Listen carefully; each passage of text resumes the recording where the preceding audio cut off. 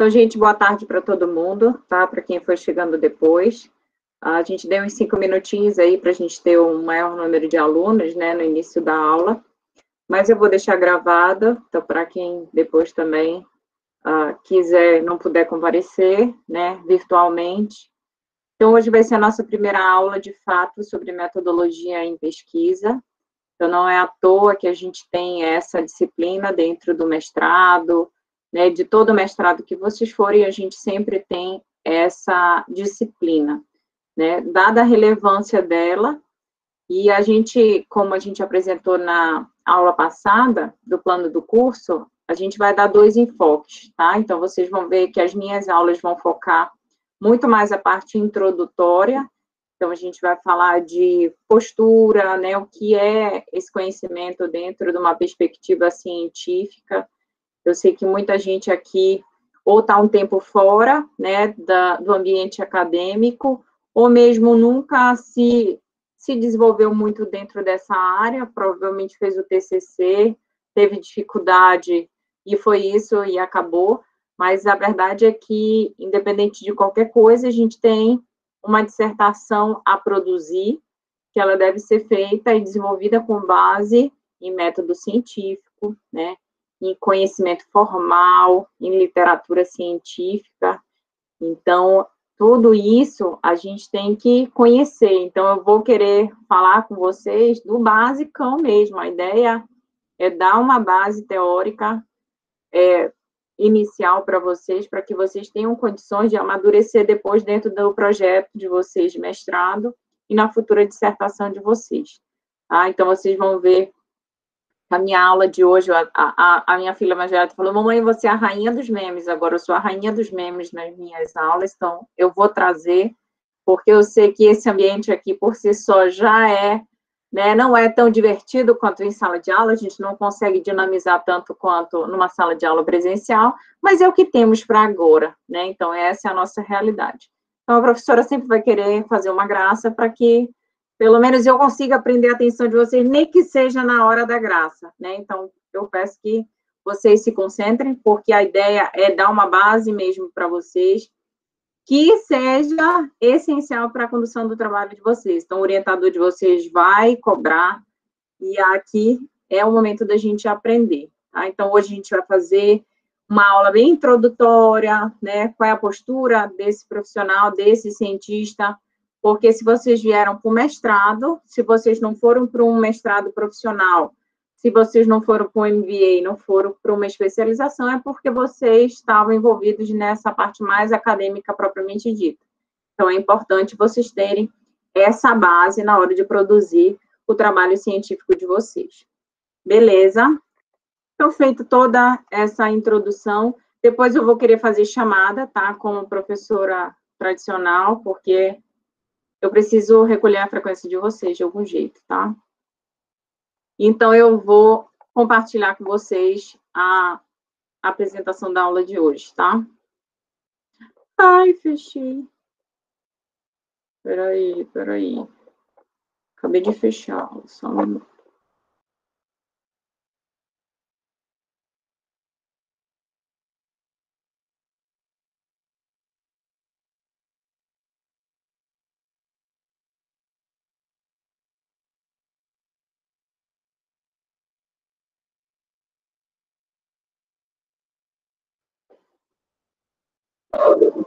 Vocês estão conseguindo ver? Sim, professor. Sim. Então, vamos lá, gente. A aula de hoje, a gente vai usar aqueles 2 materiais básicos que eu falei para vocês. Então, são materiais, são livros que falam especificamente sobre metodologia científica e uma mais voltada à ciência social mesmo, né, que é da qual a administração está ligada. Então, a aula de hoje a gente vai começar falando sobre o conhecimento científico propriamente dito, tá? Então, a qualquer momento, já que eu não estou vendo vocês podem ficar à vontade para me chamar, para tirar dúvida, alguma coisa, fazer algum tipo de comentário, tá? Então, vamos lá, gente. Antes de entrar na aula propriamente dita, eu queria voltar com vocês aí, uns 4 meses atrás, no momento que vocês se inscreveram, por exemplo, no mestrado. Então, há 4 meses atrás, vocês tiveram a ideia de fazer o mestrado, né? Alguns de vocês motivados por interesse ou necessidade de qualificação profissional. Tive que sair aqui. Ixi, só um minuto, gente. Estão vendo? Estão vendo a apresentação? Não. Não, professora. Aqui. Eu tive que ficar autorizando a entrada para o compartilhamento. Vamos lá. Agora sim, né? Agora sim? Sim. Então, vamos lá. Então, há 4 meses atrás, vocês tiveram a ideia de fazer o mestrado. Alguns de vocês motivados por interesse ou necessidade de qualificação profissional, outros motivados por uma realização pessoal, e alguns de vocês também motivados por um aspecto mais financeiro, né, de gratificação por titularidade, por exemplo. Independente do motivo, a verdade é que todos vocês se depararam, né, com o processo seletivo, entraram, se informaram, viram o edital de seleção e viram que nesse edital exigia um tal de pré-projeto de pesquisa. E aí lá era um critério para inscrição, né? Pré-projeto de pesquisa elaborado de acordo com os critérios que foram estabelecidos no edital. Então, vocês tinham lá vários elementos que deveriam conter, né, itens que deveriam conter esse pré-projeto, título, tema, relevância da pesquisa, problema de pesquisa e o seu contexto, objetivos, referencial teórico, metodologia, cronograma e referências bibliográficas. Então, muito provavelmente, alguns de vocês olharam e disseram, pelo amor de Deus, eu não vou conseguir fazer isso. Né? Então, não sabia nem que caminho inicial tomar. Relevância da pesquisa, problema de pesquisa, metodologia de pesquisa, contribuição da pesquisa, provavelmente na entrevista de vocês, os professores perguntaram, mas qual é a contribuição do seu projeto para a administração, para a ciência, ou mesmo a contribuição social? E quais são as limitações do seu trabalho? Provavelmente alguns desses itens ou desses questionamentos foram a primeira vez que vocês tiveram contato. Alguns de vocês, por exemplo, podem ter ido para o Google, né, pesquisar modelo de pré-projeto de pesquisa. Com certeza ninguém, né? Eu não estou vendo vocês agora, mas com certeza ninguém fez isso. Mas a verdade é que muitos de vocês devem ter tido dificuldade nesse momento. Então, para definir o que seriam, o que é problema de pesquisa, o que é hipótese, né? Então, muitas vezes, e o que aconteceu em função dessa dificuldade, às vezes por falta de familiaridade com o tema, às vezes por falta de experiência, né, em pesquisa, dependendo do curso que você fez, isso pode ser mais ou menos trabalhado, estimulado. Então, no curso de administração, nem todos, né, isso no passado, provavelmente quando vocês se formaram, a gente não tinha ainda uma história muito grande no que diz respeito à pesquisa, até porque a gente tinha uma dificuldade até mesmo de profissionais doutores ali dentro. Então, quem foi da formação um pouquinho atrás, de poucos anos atrás, eu estou falando de 3, 4 anos atrás, nem estou falando de muito longe, provavelmente viu que era esse cenário dentro da administração. Alguns de vocês não são administradores, mas dependendo do curso, ou mesmo da instituição que você se formou, a pesquisa ela é mais ou menos estimulada. Então, por exemplo, se alguns de vocês vieram de instituições privadas de ensino superior, a pesquisa nem sempre ela é dada muita prioridade. Então, você acaba tendo uma prestação de serviço muito maior. Então, se é dentro da psicologia, a área clínica é mais enfatizada, a área organizacional, dentro da própria administração, por essa dificuldade inicial, também não era estimulada muito a condução de pesquisas. Esse cenário vem se transformando. Mas o que esse cenário ele se configura é que muitas das vezes a gente não sabe descrever um problema de pesquisa, não sabe como formular uma hipótese, né? Não sabe nem justificar a importância do nosso trabalho. E algumas vezes até mesmo limitação. Quem é que não se surpreendeu quando os professores perguntaram qual é a limitação do seu trabalho? Se você já tem um conhecimento dentro da área de pesquisa, já tem uma maior familiaridade com esse tipo de questionamento. Mas não é como a gente, não, mas como é que eu vou falar que eu vou ter dificuldade já na cara, assim? Aí eles poderiam me avaliar de maneira negativa. Muito pelo contrário.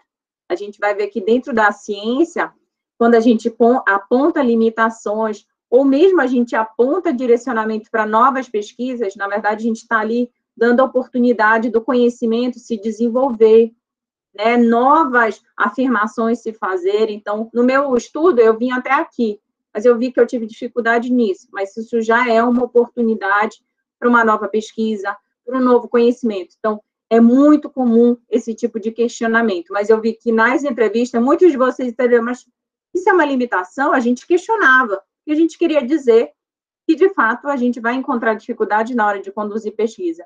Então, se a gente tivesse todas as condições ideais, apesar de vocês reforçarem, não, eu vou ter flexibilidade, eu vou ter apoio da minha chefia, eu tenho os dados já mapeados que eu vou ter acesso. Então, o cenário na entrevista, no processo seletivo, foi o ideal, né? Mas a gente sabe que na hora de conduzir uma pesquisa, muitas dificuldades a gente encontra.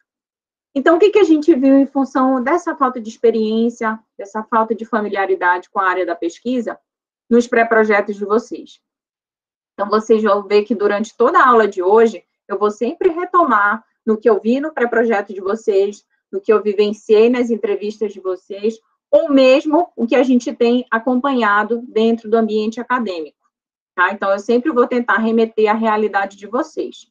Então, é assim que a gente vai conseguir contribuir mais com vocês, tá? Então, nos pré-projetos de vocês, o que a gente viu? Delineamentos ou descrições de objetivos de pesquisa. Então, vocês tinham muito bem delimitado. Não, eu quero fazer isso. Mas tinham maior dificuldade do mundo de descrever como eu vou fazer isso. Ou até mesmo que base teórica vai dar fundamentação para o meu projeto de pesquisa. Alguns de vocês, ao invés de descrever um referencial teórico, apresentou uma proposta. Dentro do meu referencial teórico, eu vou trabalhar isso, eu vou pesquisar isso, eu vou pesquisar os renomados teóricos que trabalham com esse conceito. Então, era mais uma proposta do que efetivamente um referencial teórico. Alguns de vocês, por exemplo, na parte da metodologia, não sabiam muito bem o que dizer. E falavam o quê? Não, aqui eu vou conduzir uma pesquisa classificada quanto aos meios e aos fins. Então, vocês chegavam até aí. Ah, vai ser uma pesquisa descritiva, vai ser uma pesquisa que vai ser conduzida em campo, com coleta de dados em campo. Era assim que vocês queriam. Mas qual era a nossa expectativa dentro da metodologia? Como é que você vai conduzir esse trabalho? Como é que você vai atingir os seus objetivos? Por meio de qual procedimento? O que você vai fazer para atingir o seu objetivo? Então, se você está dizendo que você quer melhorar a prestação de serviço dentro da sua unidade, eu vou querer saber como é que você vai fazer isso. Você tem muito bem traçado o seu objetivo, mas como eu vou fazer isso? Era o que era esperado dentro da metodologia. E muitos de vocês não souberam, por exemplo, descrever.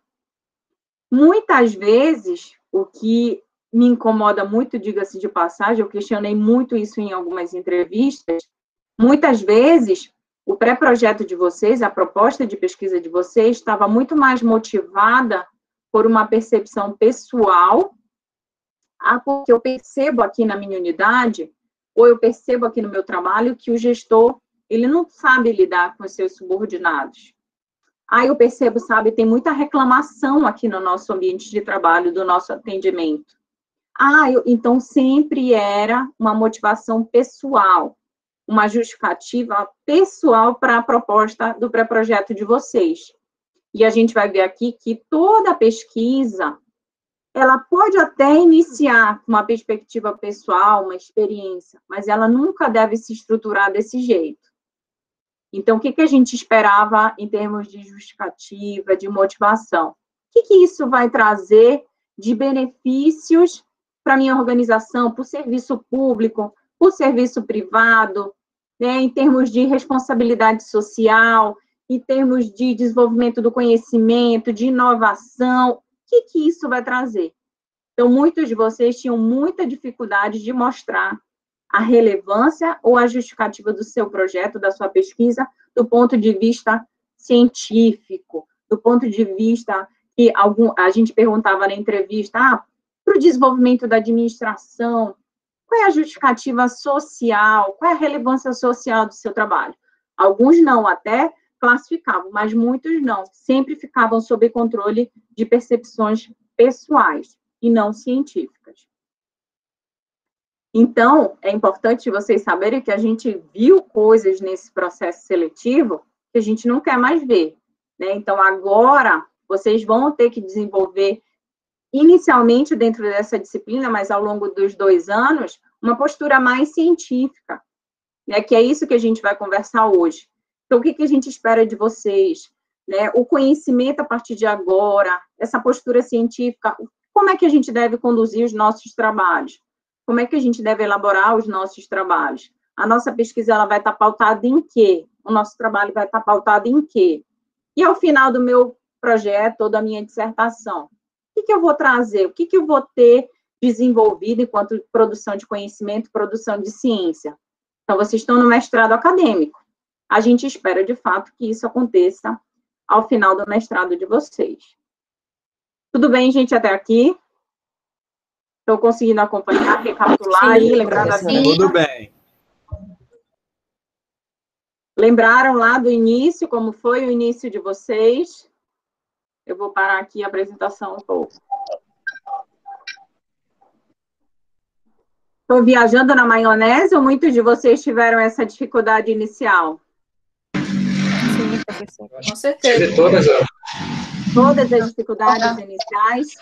Ninguém vai admitir que jogou no Google, né? Modelo de pré-projeto. Não quero que ninguém admita, senão eu já vou colocar uma estrelinha do lado, assim, sabe? Né? Eu fiz todas, menos essa aí.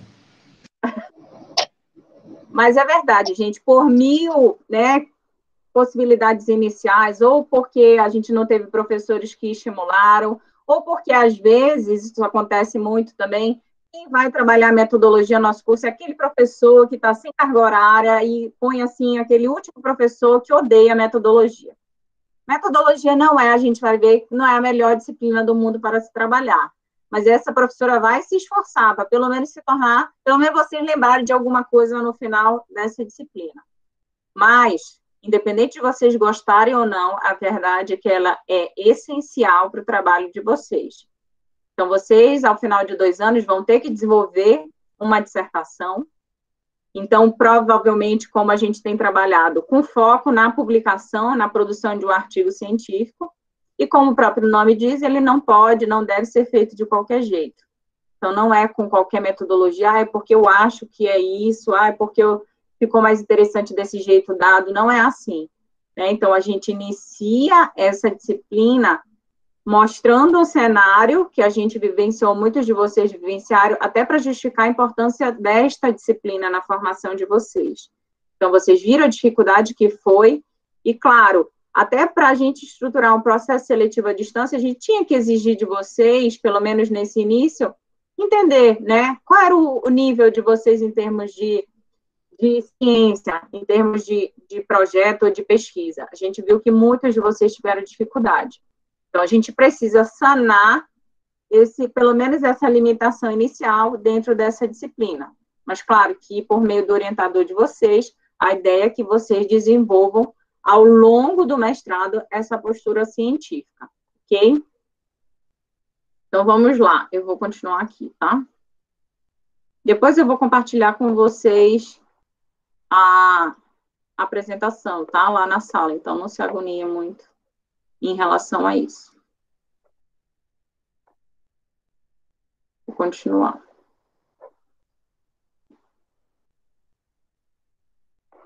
Então, vamos lá, gente.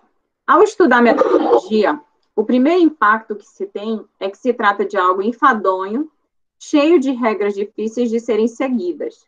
Porém, ao nos apropriarmos desse conhecimento, percebemos como algo prazeroso e facilitador do entendimento de todo o processo que necessitamos para termos uma atitude investigativa.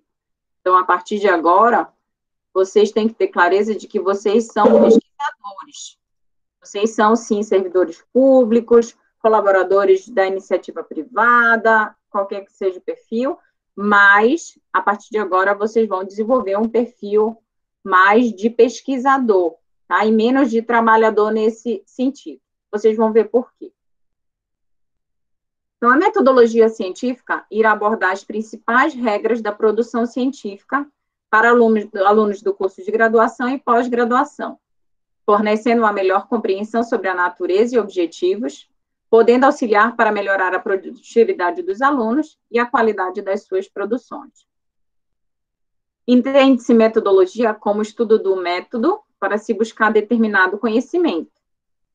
Demo 2003 diz que metodologia é uma preocupação instrumental, trata das formas de se fazer ciência, cuida dos procedimentos, das ferramentas e dos caminhos. Então, a metodologia a gente vai mostrar por meio de quais procedimentos, por meio de quais instrumentos, quais caminhos a gente vai percorrer e devem ser percorridos para o desenvolvimento da ciência, para o desenvolvimento de determinado conhecimento. Então, ele vai traçar possibilidades. Então, porque dentro da ciência, gente, a gente não pode fazer da nossa cabeça. A gente não pode chegar e dizer, não, eu quero atingir esse objetivo, mas como eu vou fazer? Ah, sabe Deus lá. Não, você tem diretrizes, você tem procedimentos, vocês têm ferramentas cientificamente comprovadas, já utilizadas por outros pesquisadores, utilizadas em outras pesquisas. Então, se vocês forem ver depois, quando vocês forem aumentar, né, fundamentar mais ainda o referencial teórico, vocês vão ver vários outros estudos, pesquisadores, que investigaram assuntos dentro do tema de vocês e utilizaram determinados procedimentos e ferramentas. É muito difícil, gente, principalmente um pesquisador em início de carreira como vocês, começar já, não, vou propor um método inovador aqui que vai revolucionar a ciência. Pelo amor de Deus, gente. A gente não vai conseguir fazer isso. A menos que daqui a 30 anos, ainda assim, a gente não vai ter toda essa, né, essa pompa ou esse interesse, porque a gente não tem condições. Muito conhecimento já foi feito. Então, toda vez que a gente propõe uma pesquisa, um projeto, ele sempre está embasado o quê? Lembra lá das limitações, da sugestão de estudos anteriores? Então, a gente sempre vai ver, não, o que deu errado naquele outro estudo? Qual foi o procedimento que ele utilizou? Ah, então esse deu certo, então eu posso utilizar. Posso utilizar em outro contexto. Ah, se foi aplicado na iniciativa privada, agora eu vou testar na iniciativa pública. Mas eu já vi, né, o que eles fizeram, como eles fizeram. Então, é muito difícil você iniciar uma área, ou mesmo uma pesquisa do zero, sem nenhuma base. Até porque ela vai se tornar muito frágil. Porque você não tem base nenhuma anterior de conhecimento para subsidiar o seu trabalho.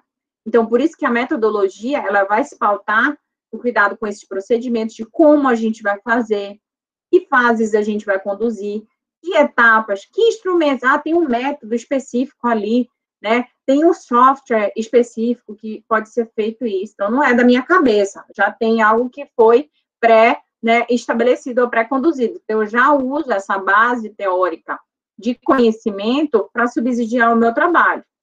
Então, por isso que é importante você sempre fortalecer a sua base teórica. Aí você vai ver, olha, outros fizeram, né, trabalharam dentro da minha área, do meu tema, olha, eles usaram isso. Olha, eles usaram esse procedimento. Olha, eles usaram essa ferramenta.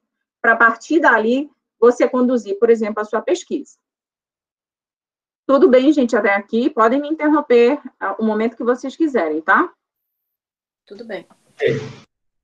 Então, ao compreendermos a importância da metodologia, identificamos que não existe um único método, e sim uma multiplicidade de métodos que procuram atender às necessidades conforme o assunto e a finalidade da pesquisa, bem como as várias atividades das ciências. Então, é na direção do que eu falei.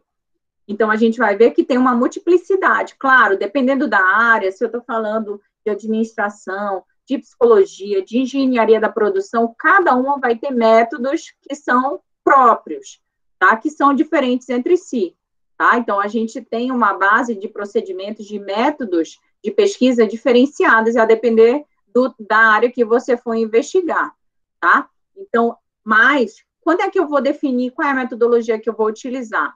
A partir do assunto que eu vou trabalhar e do objetivo da minha pesquisa. Lembra que eu falei para vocês que muitos de vocês tiveram dificuldade de definir a metodologia?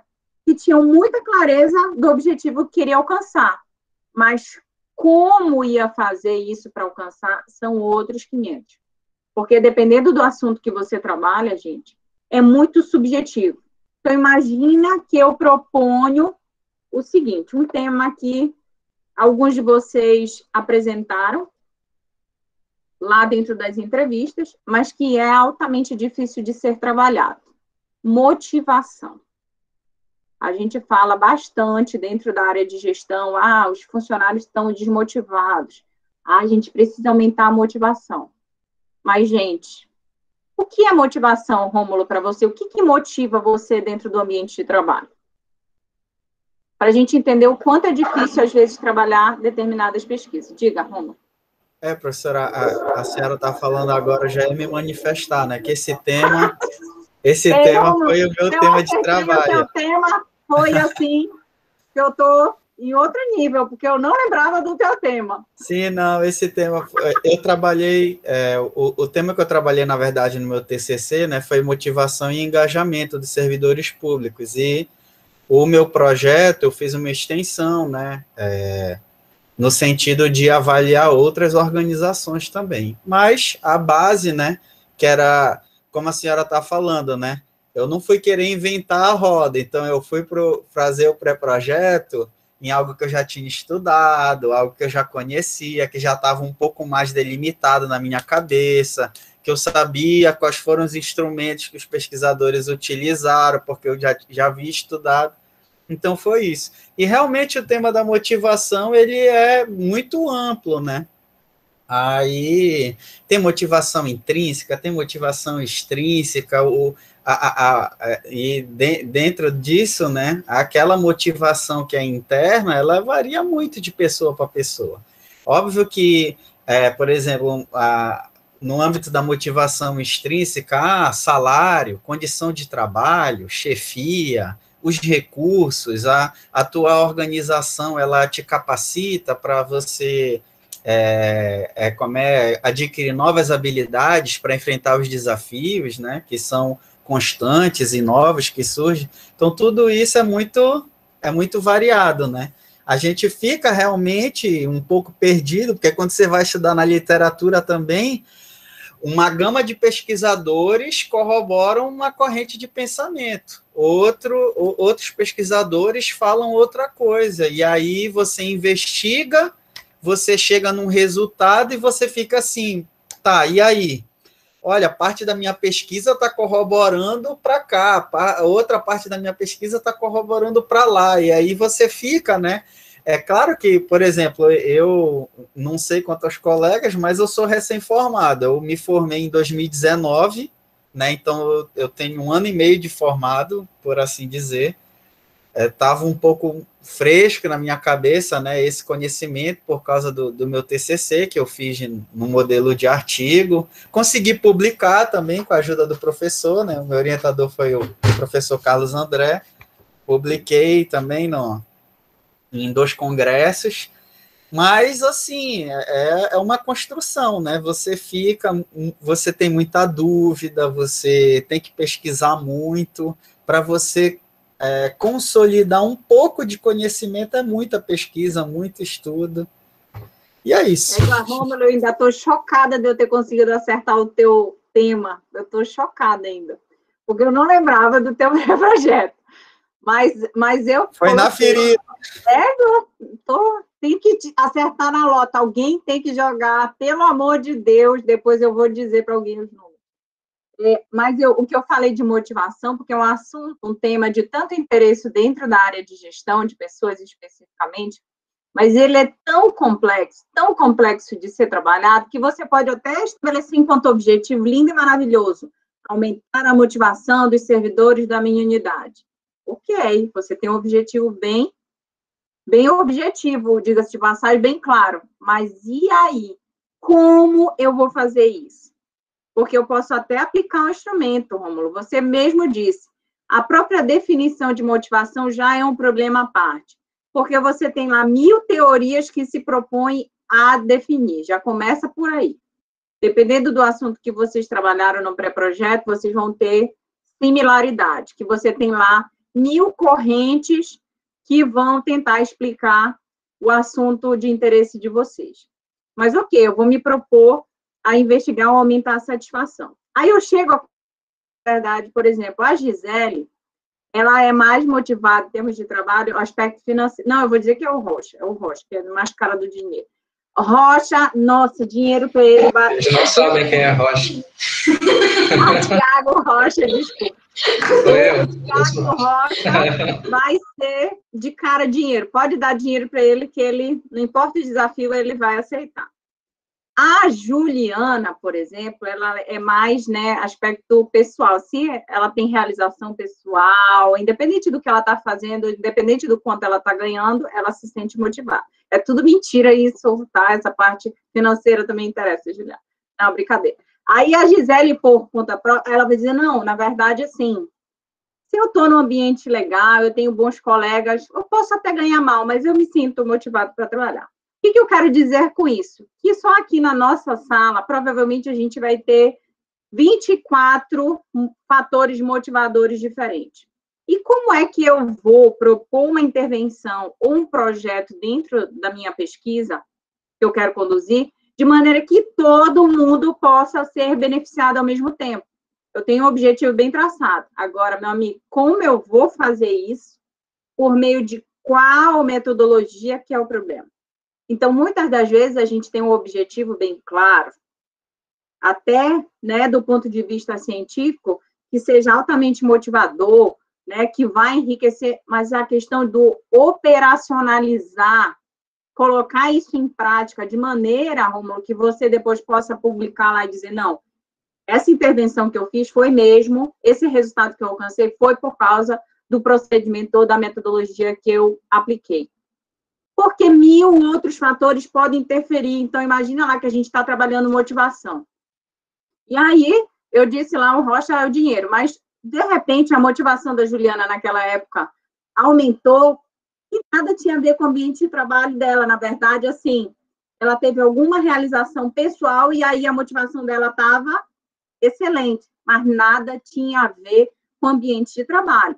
Mas, quando eu apliquei lá meu instrumento, ok, super motivada.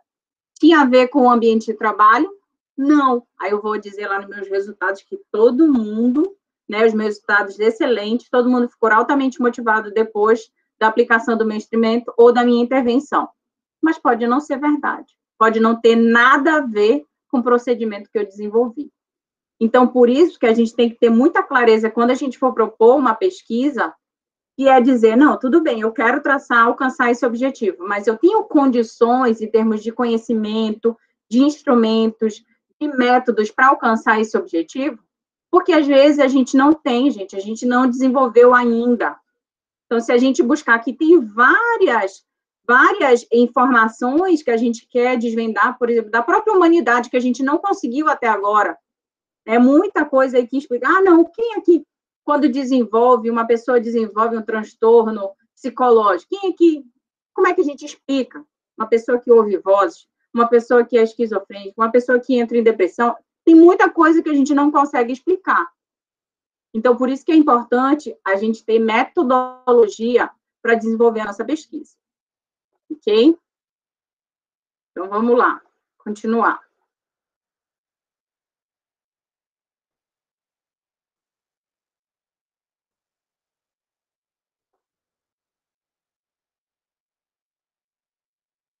Então, quais seriam os objetivos da metodologia científica?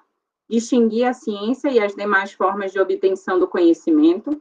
A gente vai ver na frente, gente, que a gente tem muitas formas de se obter, de se desenvolver conhecimento, ou mesmo explicar determinados fatos que nada tem a ver com a própria ciência.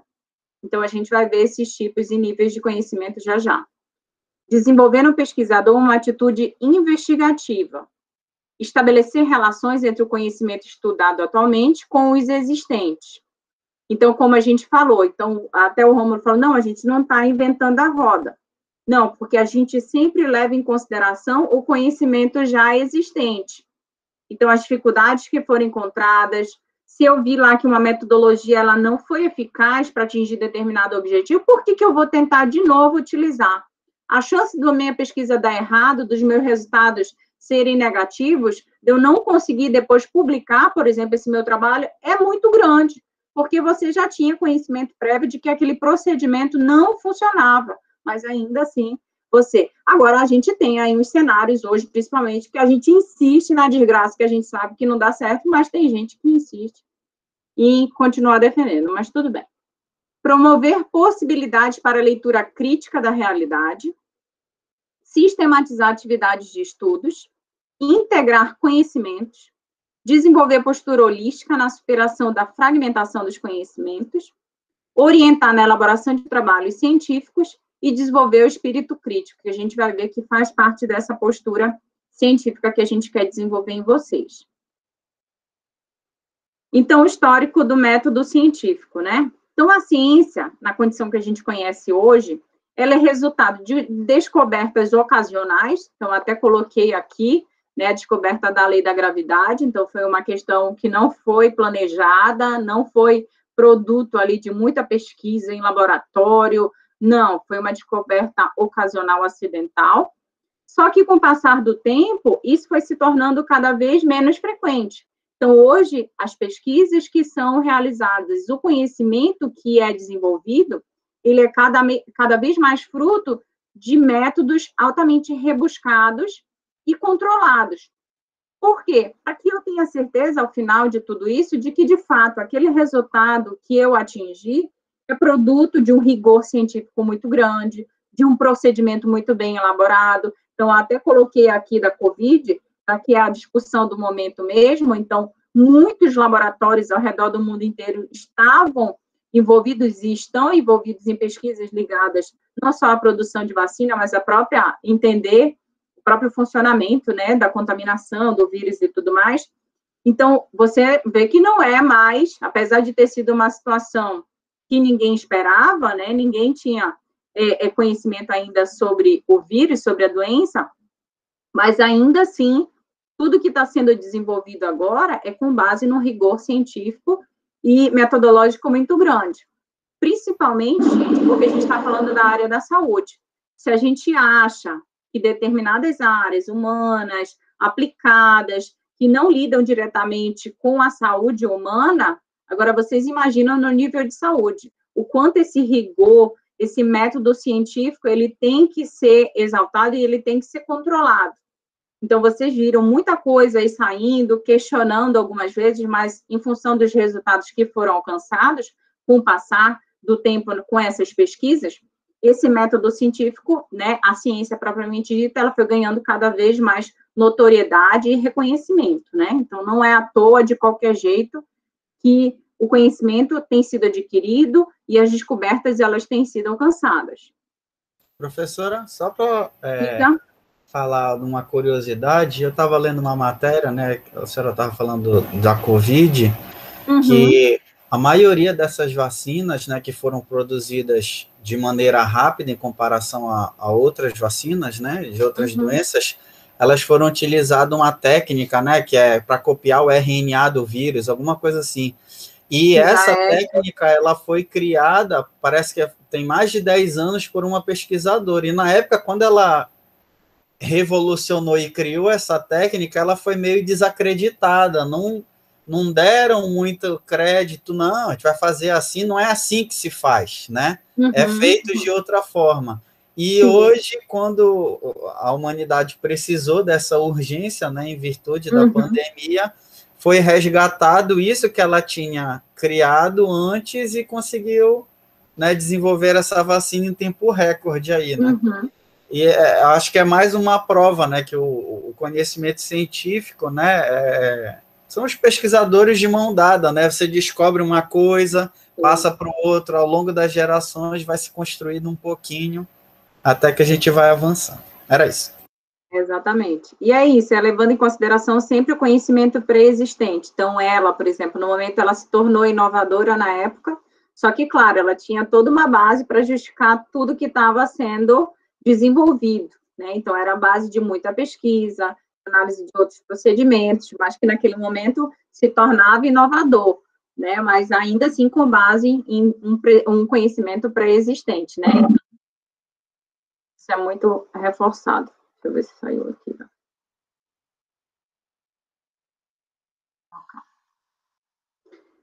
Então, aqui, né, pensando um pouco no histórico do método científico. Os homens de cada período histórico assimilam os resultados científicos das gerações anteriores, desenvolvendo e ampliando aspectos novos. Então, vai na direção do que a gente está conversando. Então, todo o conhecimento, o resultado científico que a gente tem hoje, ou alguma inovação, ela é com base no que já foi desenvolvido anteriormente. Então, a gente fala sempre, a gente vai estudar mais para frente, mas quando a gente elabora, por exemplo, hipóteses nos nossos trabalhos, as hipóteses, elas podem ser confirmadas ou elas podem ser refutadas, né, ao longo do nosso trabalho. Mas, por exemplo, teorias, conhecimentos, eles podem cair por terra. Quando? No momento que você consegue gerar um conhecimento novo. Então, a gente vai ver mais para frente que várias teorias, né, que foram estabelecidas lá anos atrás, elas caíram por terra por meio de novas descobertas. Então, por isso que o conhecimento, gente, ele não é estanque, ele não é estagnado, ele não fica, a gente não cessa o conhecimento científico. Por quê? Porque a todo momento a gente está criando, né, novas pesquisas, a gente está desenvolvendo novos procedimentos, novos métodos de trabalho que acabam, né, questionando ou desmistificando ou desconsiderando uma pesquisa anterior, um resultado anterior, e aí gera um conhecimento novo. Então, a todo momento a gente está assim. Então, não vão pensar que ao final da nossa dissertação, não, está aqui, já desenvolvi, né, o meu estudo, a minha pesquisa, o meu resultado está aqui, pronto, acabou. Não. O próximo vai analisar o seu estudo, pode achar lá uma limitação, uma sugestão, e aí ele já desenvolve uma nova pesquisa com base no conhecimento que você acabou dando publicidade com o seu trabalho. Então, a todo momento, esse conhecimento ele pode ser confirmado, ele pode ser refutado. Os elementos que constituem grande parte da ciência e que são transitórios e efêmeros, como certas hipóteses e teorias, exatamente o que eu estava falando, perdem-se no tempo, conservando, quando muito, interesse histórico. Então, a gente pode, para justificar, para explicar algo que vem sendo desenvolvido hoje, levar em consideração o histórico, mas a gente vai dizer, não, olha, isso aqui já foi questionado, ou isso já se perdeu, porque outro conhecimento, outra pesquisa foi desenvolvida, e aí já mostrou que isso aqui não se tornou eficaz, que essa hipótese aqui caiu por terra, que essa teoria aqui já foi desconstruída. Então, por isso que é importante ter esse conhecimento como um caráter transitório e efêmero, que a gente sempre quer, na verdade, o desenvolvimento. Então, a gente quer que venha uma vacina mais efetiva, que ela seja factível para todas as possibilidades de mutação desse vírus. Então, a gente quer que novos conhecimentos, né, novos métodos sejam desenvolvidos. Cada época elabora suas teorias, segundo o nível de evolução em que se encontra, substituindo antigas, que passam a ser consideradas como superadas e anacronas. O que quer dizer? Que né, expressado por falta de alinhamento com o tempo, né, falta de correspondência com uma época, por exemplo. Então, é importante que a gente tenha, por exemplo, lá no passado, lá no século XX, se a gente fosse analisar alguma teoria, alguma hipótese, ela seria factível de acordo com aquela época. Mas a gente não pode levar em consideração algo que já foi ultrapassado e agora colocar ainda em discussão ou à prova de novo, né? Sendo que a gente já tem pesquisa, já tem dados, resultados que mostram que, por exemplo, essa teoria já caiu por terra. Então, é importante você sempre ter um alinhamento entre o que está sendo desenvolvido em termos de conhecimento e a época, né, a tecnologia, os procedimentos que já estão sendo desenvolvidos. Então, o que permitiu à ciência chegar ao nível atual foi o núcleo de técnicas de ordem prática, seus fatos empíricos e suas leis, que formam o elemento de continuidade, que, por sua vez, foi sendo aperfeiçoado e ampliado ao longo da história. Então, ali, a revolução científica, né, que ocorreu nos séculos XVI e XVII, com Copérnico, Bacon e seu método experimental, Galileu, Descartes e outros. Então, a gente vai mostrar agora como é que ocorreu, né, a transição e desenvolvimento dessa revolução científica com o passar do tempo. Inicialmente, aí, com esses teóricos, por meio do método experimental. Então, aqui a gente tem o desenvolvimento, né, da ciência, então, lá no século XVIII, estudo da química e da biologia, surgimento de um conhecimento mais objetivo da estrutura e das funções dos organismos vivos. No século XIX, verificou-se uma modificação geral nas atividades intelectuais e industriais. Surgiram novos dados relativos à evolução, ao átomo, à luz, à eletricidade, ao magnetismo e à energia. Lá no século XX, a ciência, com seus métodos objetivos e exatos, desenvolveu pesquisa em todas as frentes do mundo físico e humano, atingindo um grau de precisão surpreendente, não só na área das navegações espaciais e de transplantes, como nos mais variados setores da realidade. Qual é a nossa realidade agora, no século XXI?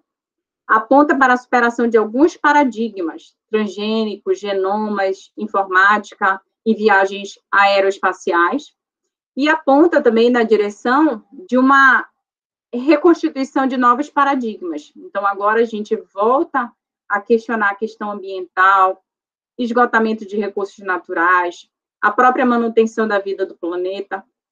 Então, o que a gente tem visto agora, que algumas coisas, alguns paradigmas que tinham sido superados, eles têm sido colocados de novo em questionamento, né? Então, como a gente vai trabalhar a questão ambiental, como a gente vai lidar com a possibilidade de esgotamento dos recursos naturais, manutenção da vida, será que em algum momento essa questão climática vai inviabilizar a vida, né, no planeta? Então, são paradigmas que tinham sido superados, mas que em função da própria tecnologia, da forma como o ser humano vive hoje, né, da sua qualidade de vida hoje, mas que gera muitos problemas ambientais, então, esses paradigmas, eles têm sido colocados à prova de novo.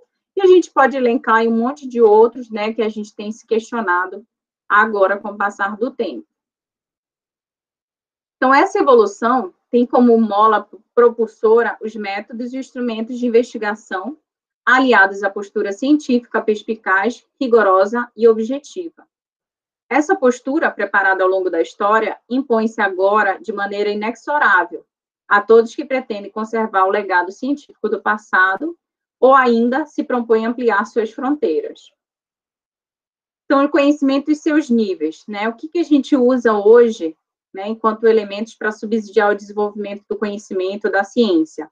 As leis naturais, as teorias e os conceitos, que a todo momento eles são questionados, eles são estudados para serem colocados à prova, né? Algumas dessas teorias, elas são desqualificadas em função dos resultados de pesquisa, desqualificadas no sentido de serem deixadas de lado, porque novas teorias, elas são criadas, né? Novos conceitos, novas leis, então isso tudo vai subsidiar, vai ser a base do conhecimento científico.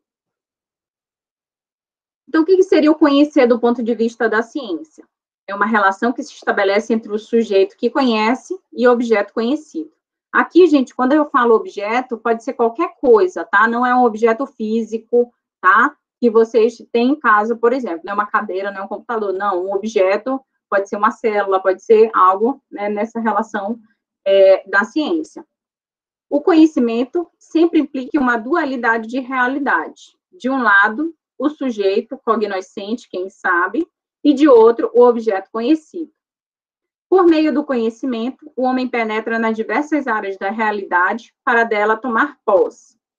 Então, a gente tem aqui, o que eu vou mostrar para vocês, as diferentes perspectivas de conhecimento, né? Provavelmente, muitos de vocês vão se identificar que é a nossa realidade mesmo humana. Então, a gente pode analisar o mesmo fenômeno por diferentes perspectivas, utilizando diferentes conhecimentos que a gente adquiriu ao longo da nossa jornada, ao longo do tempo. Então, se a gente pensar aqui no estudo com a relação ao homem, tá? Então, vamos analisar o homem. A gente pode considerar seu aspecto externo, tá? Do ponto de vista da investigação científica, tá? Eu posso estudar o homem do seu ponto de vista externo e aparente.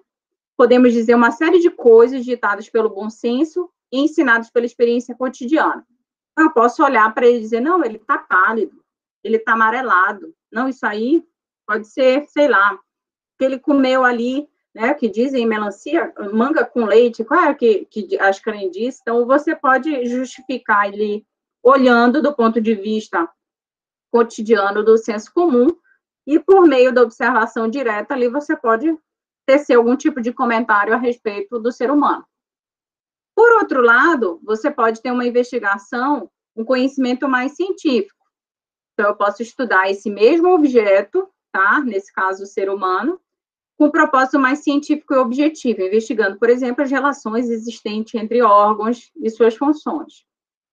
Por outro lado, eu também posso fazer uma investigação, ou mesmo analisar o homem do ponto de vista ali mais filosófico. Aí eu questiono com relação à origem, né, de onde ele veio, para onde ele vai, a sua realidade, seu destino, né? Então, eu posso tecer questionamentos, eu posso tentar explicar o homem do ponto de vista filosófico, que é o conhecimento filosófico. Eu também posso, tá? Olha, gente, eu não quero gerar nenhum tipo de questionamento agora, eu não quero que ninguém teça nenhum comentário, porque não importa pra gente religião aqui, tá? Mas eu posso, dependendo da minha religião, da minha crença, justificar também, explicar o ser humano do ponto de vista teológico.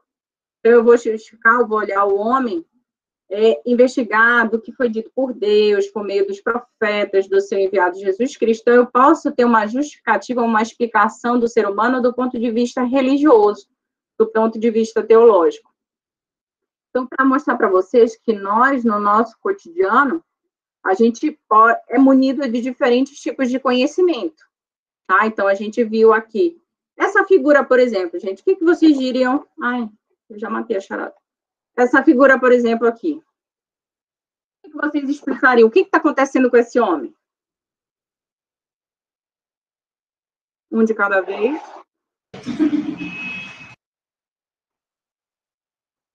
O que está acontecendo com esse homem? Ele está em processo de sofrimento e se jogou no chão. Jogado no chão. Ele vai ter que apresentar um pré-projeto, professora. Não sabe por onde começar. É aluno do mestrado. É a primeira aula do mestrado dele. Primeiro seminário. Está desesperado com tanta resenha e tanto resumo que tem que fazer, coitado. Ai, meu Deus. Ó, tá vendo? Dependendo da sua experiência de vida, você vai ter uma perspectiva totalmente diferente desse ser humano. Mas o que eu quero mostrar para vocês? A depender da nossa experiência, né, da nossa história de vida, assim, a gente pode dar diferentes explicações a respeito de determinado fenômeno ou determinado objeto, tá? Então, a gente poderia, por exemplo, como vocês colocaram aí, dar uma explicação do senso comum do nosso cotidiano. Ah, ele caiu, ele tropeçou, ou mesmo ele está fazendo birra, sei lá, né? Ele tirou 0 no trabalho de metodologia, ele está se debatendo no chão. Sei lá, tudo pode acontecer, né? Do ponto de vista do senso comum.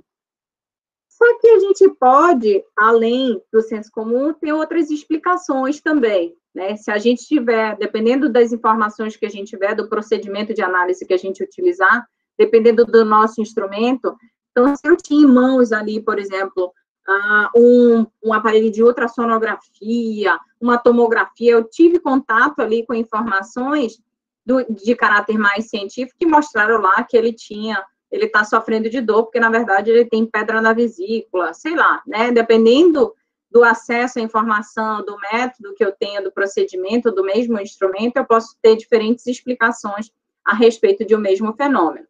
Eu posso olhar do ponto de vista teológico, por exemplo, sei lá, mais uma vez, tá? Não me critique, isso está ficando filmado, mas imagina alguém olhou e disse, não, ele está pegando santo, né? Ele foi possuído, ele está no meio do chão, ele está pegando santo. Eu posso ter uma explicação também do ponto de vista religioso, de alguma crença, por exemplo.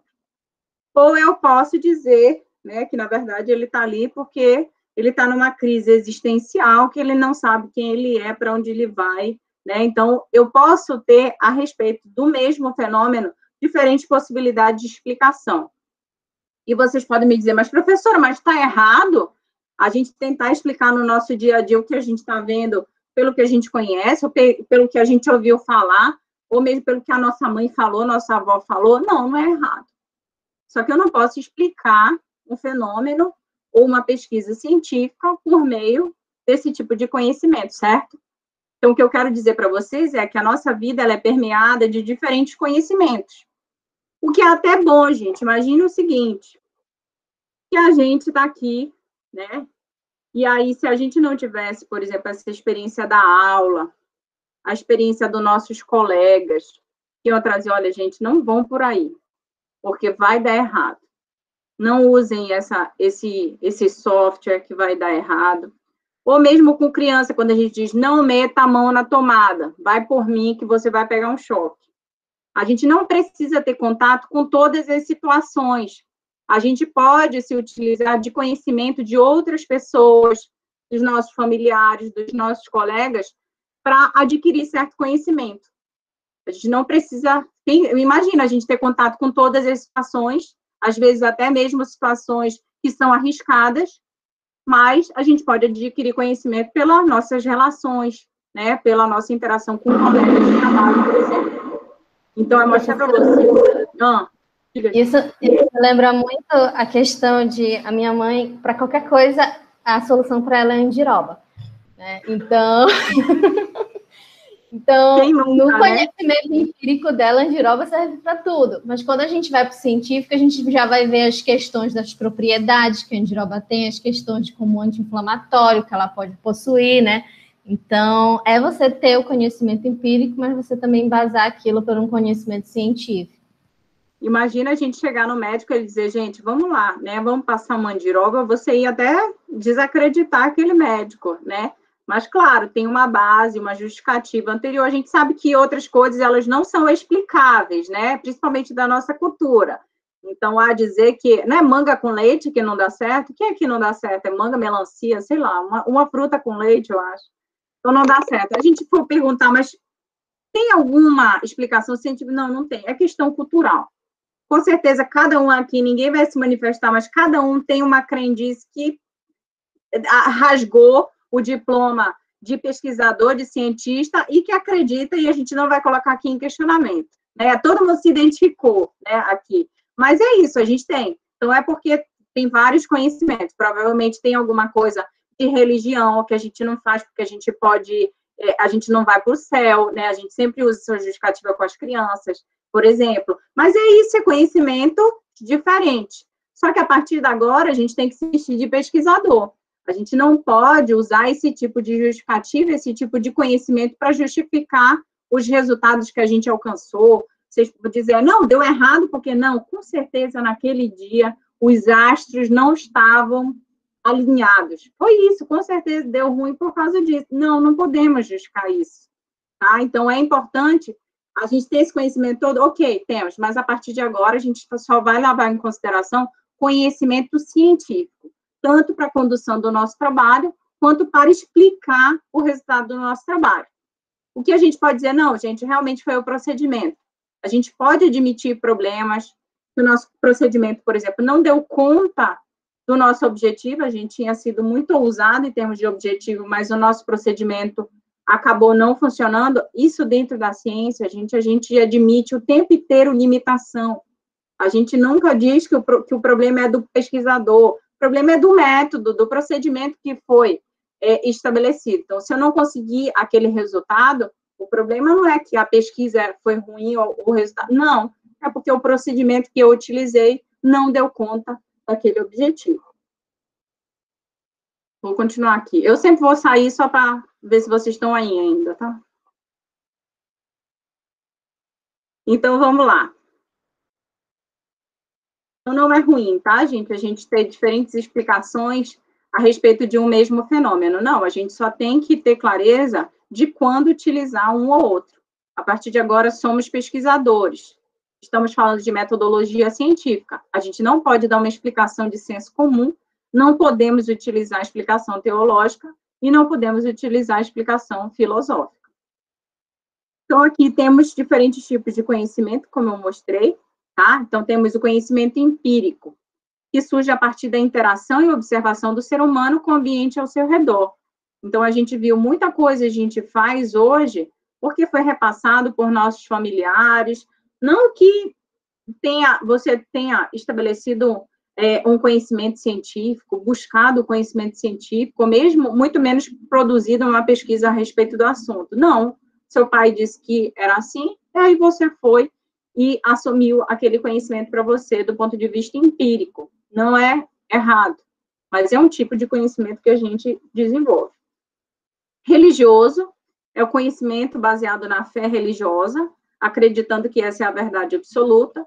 Então, muito provavelmente, o que muitos pesquisadores acabam sendo criticados é que, às vezes, pelo fato da gente ter um rigor, né, de explicação para as coisas muito grande, alguns conceitos, ou mesmo a própria religião, muitas vezes ela é colocada em xeque, né, porque muita base da religião, tudo que é escrito, tudo que é falado, nem sempre tem confirmações científicas para aquilo.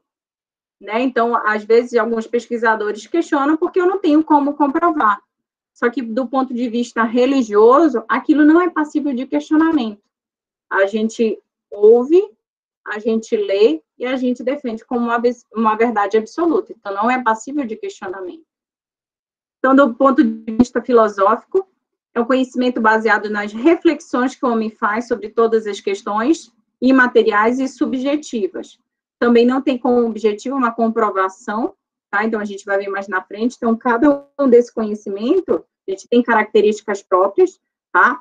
Mas, claro, eu não vou utilizar essa base desse conhecimento filosófico, empírico e filosófico para a condução de uma pesquisa científica, tá? Então, eu tenho que utilizar o conhecimento científico desenvolvido, né, por meio de método científico.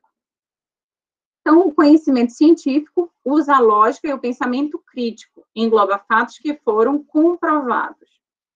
Então, o homem, como no exemplo anterior, né, e consequentemente o pesquisador, estão se movendo dentro de 4 níveis diferentes de conhecimento, que são esses. Então, aqui o conhecimento empírico, não sei se ficou muito pequeno para vocês. Então, as características e as diferenças deles, né? O conhecimento empírico, ele é erroneamente chamado de vulgar ou de senso comum. É adquirido pela própria pessoa na sua relação com o meio ambiente e com o meio social. Ele é obtido por meio da interação contínua na forma de ensaios e tentativas que resultam em erros e acertos. Seus métodos e as suas técnicas são ametódicos e assistemáticos. Então, eu não tenho rigor de que sempre seja feito, não tem um método que eu vou seguir, é super sistematizado, não. Esse conhecimento empírico, filosófico e teológico, ele não pressupõe uma sistematicidade ou um método pré-estabelecido, não é exigido método científico para o seu desenvolvimento. Os conhecimentos são transmitidos de uma pessoa para outra e de uma geração a outra. Então, a gente vê muitos elementos da nossa cultura, da nossa tradição, por exemplo, que a gente faz desse jeito, a gente nunca, né, se entendeu de onde veio. Então, a nossa cultura, a paraense, eu nem sou paraense, mas eu vou me incumbir da cultura paraense, mas muita coisa que a gente faz hoje, a gente diz, não, é assim, desse jeito. Então, a gente fala égua. Por que a gente fala égua? De onde veio o nosso égua? Vocês já foram investigar sobre isso? Alguém tem alguma hipótese explicativa? É a minha mãe. Égua, professora, que pergunta. É a minha mãe, ela falou para mim, eu repeti. Égua de vocês, né? Já tenho pausado. Depende da entonação, significa muito. Mas a gente é um elemento da nossa cultura que todo mundo aqui provavelmente fala, mas se alguém perguntar, mas e aí, de onde veio? Não se sabe. Tem muitos elementos da nossa cultura que eles acabam passando de geração em geração e não há uma explicação. Então, por quê? É um elemento da cultura. Então, o que a gente come, a maniçoba de quem curte, o tucupi, então poderiam ser até venenos, mas a gente come. A gente toma o tacacá, 4 horas da tarde, no calor infernal. Quem vai explicar esse tipo de coisa? Ninguém, só a gente faz, né? Mas não há uma explicação. Mas é um conhecimento que a gente adquiriu que ao longo das nossas gerações, e é uma tradição, é uma cultura, né, regional. Não tem um conhecimento científico por trás. Se for atrás, vai dizer que a gente está ficando doido, né? Porque não faz o menor sentido. Mas que é bom, é bom. Então, conhecimento científico. Procura compreender, além do ente, do objeto, do fato e do fenômeno, sua estrutura, sua organização e funcionamento, sua composição, suas causas e suas leis. Então, no conhecimento científico, a gente não admite, é assim e pronto, acabou. Não, por que é assim? Né? O que aconteceu antes para ser desse jeito? Né? Como que foram conduzidas as etapas? Que tipo de conhecimento de lei está por trás? Então, há toda uma explicação e um questionamento por trás do conhecimento científico. a ciência é entendida como uma busca constante de explicações e de soluções, de revisão e de reavaliação de seus resultados, apesar de sua falibilidade, falível e de seus limites. Então, a gente admite de que a gente tem limite, de que aquele conhecimento que a gente desenvolveu, que a gente adquiriu, ele pode, em algum momento, ser questionado, ou até mesmo ser colocado por terra, em função de um novo conhecimento que foi adquirido. Então, a todo momento, o conhecimento que foi desenvolvido, adquirido, ele é questionado, ele é reavaliado, por meio de novas pesquisas, de novos conhecimentos que são adquiridos. Então, diferente do outro tipo de conhecimento, esse sim é o tempo inteiro questionado. Então, eu não aceito essa verdade absoluta, limitada, ou que não é falível. Não, eu tenho o tempo inteiro levar em consideração, aliás, infalível. Não, o tempo inteiro eu considero de que sim, novos conhecimentos, eles podem acabar desconsiderando o que veio antes, né, aquele conhecimento que foi desenvolvido antes. A ciência pretende aproximar-se cada vez mais da verdade por meio de métodos que proporcionem maior controle, tematização, revisão e segurança. Alguém ia falar alguma coisa, perguntar? Não? Não, professora, eu só ia comentar que uma vez eu li um artigo que falava justamente sobre o conhecimento científico, ele precisa ser mutável, ele precisa ser questionado, porque senão ele vira um conhecimento teológico, né? A partir do momento que, se você não questiona mais nada, acredita que tudo já foi pesquisado, já foi descoberto, vamos dizer assim, ele vira teológico. Exatamente, que aí ele é daquele jeito e todo mundo acredita e não é passível de questionamento, né? Então, é uma outra modalidade de conhecimento, mas que também é relevante, tá, gente? A gente não está colocando aqui eles como coisas substituíveis. Não, na verdade, eles podem acontecer ao mesmo tempo. A ciência é dinâmica e busca renovar-se e reavaliar-se continuamente. Ela é um processo em construção. Então, é engraçado, eu lembrei agora que, por exemplo, a gente, até do ponto de vista mesmo da nossa vivência, né, enquanto pais, mães ou qualquer coisa, a gente tem, às vezes, cai por terra todo o nosso certificado, a nossa graduação também, né? Ah, você é psicólogo, tem que ser perfeito, ponto, acabou. Não, muito pelo contrário, né? Mas eu digo assim, a gente tem um conhecimento científico, mas até os pesquisadores, até os cientistas, eles podem pressupor um conhecimento teológico, eles podem ter um conhecimento empírico, né, que na vivência, nas relações, elas podem prevalecer. Imagina o seguinte, você está lá, isso já aconteceu, acho que o Tiago Rocha já sabe dessa aí. Aí a gente está lá com o nosso filho, e aí fazendo aquela birra, e aí a gente doido para acabar com aquela situação, aí vem o pesquisador. Calma, eu vou estabelecer um procedimento. Agora, você não pode interferir nesse momento. Cara, pela madrugada, gente. Falei, o quê? A gente tem que fazer alguma coisa rápida ali. Agora, ter uma veia pesquisador em momentos inapropriados é muito difícil. Então, você tem, em algum momento, você vai pressupor um conhecimento mais científico, claro, quando você estiver desenvolvendo uma pesquisa, mas na relação com os seus familiares, na relação com os seus filhos, você não vai levar em consideração, não, você rasga o seu diploma de pesquisador e vai por terra tudo. Então, é importante a gente também não achar que a gente tem que ser, né, o pesquisador o tempo inteiro, não. O conhecimento científico, os procedimentos que são estabelecidos, eles vão ser utilizados dentro daquele cenário. Filosofar é um interrogar, conhecimento filosófico. É um contínuo questionar a si mesmo e a realidade. A filosofia não é algo feito, acabado. É uma busca constante de sentido, de justificação, de possibilidades, de interpretação a respeito de tudo aquilo que envolve o ser humano e sobre o próprio ser em sua existência concreta. A tarefa fundamental da filosofia consiste na reflexão. Filosofar e interrogar principalmente sobre fatos e problemas que cercam o ser humano, concreto em seu ambiente histórico. Esse contexto muda no decorrer do tempo, o que explica o deslocamento de temas de reflexão filosófica. Então, a filosofia, o conhecimento filosófico, ele também não tem o objetivo de dar uma explicação, né, muito rebuscada ou que faça muito sentido do ponto de vista científico. tá? Você nem tem objetivo, o conhecimento filosófico, de chegar num ponto final, ou de uma decisão, ou de algo, pronto, tá aqui, chegou a essa conclusão e essa, pronto, acabou. Não. O objetivo do conhecimento filosófico é mais de questionar, de interrogar, de colocar nele, de ficar pensando a respeito de determinados assuntos. O que acontece quando a gente morre, né? É um questionamento que pode ser feito do ponto de vista filosófico.